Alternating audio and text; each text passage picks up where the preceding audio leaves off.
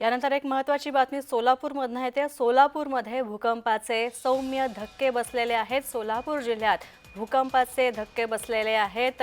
पंढरपूर, सांगोला, मंगळवेढा इथं भूकंपाचे धक्के बसलेले आहेत। 2.6 रिश्टर स्केल एवढी तीव्रता भूकंपाची इथं नोंदवण्यात आलेली आहे। आपण पाहतोय सोलापुरात भूकंपाचे धक्के बसलेले आहेत। रवी ढोबळे आमचे प्रतिनिधी फोन लाईनवरून आमच्याबरोबर आहेत।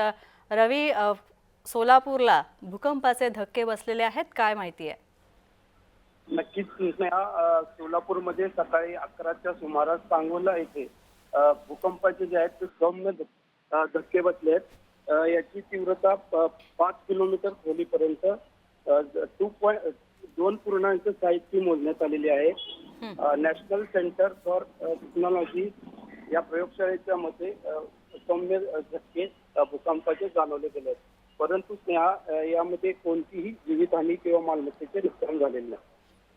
नक्कीच या आणखी एक महत्त्वाची माहिती रवी अशी तुझ्याकडनं घ्यावीशी वाटते की याचा केंद्रबिंदू कुठे होता, याबाबत काही सांगण्यात आलेलं आहे का?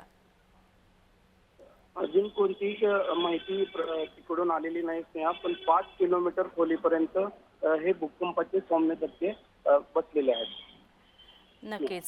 नक्कीच धन्यवाद या सगळ्या माहितीबद्दल। हे होते आमचे प्रतिनिधी रवी ढोबळे। सोलापूर जिल्ह्यात भूकंपाचे सौम्य धक्के बसलेले आहेत। सांगोला इथं सुद्धा भूकंपाचा धक्का बसलेला आहे।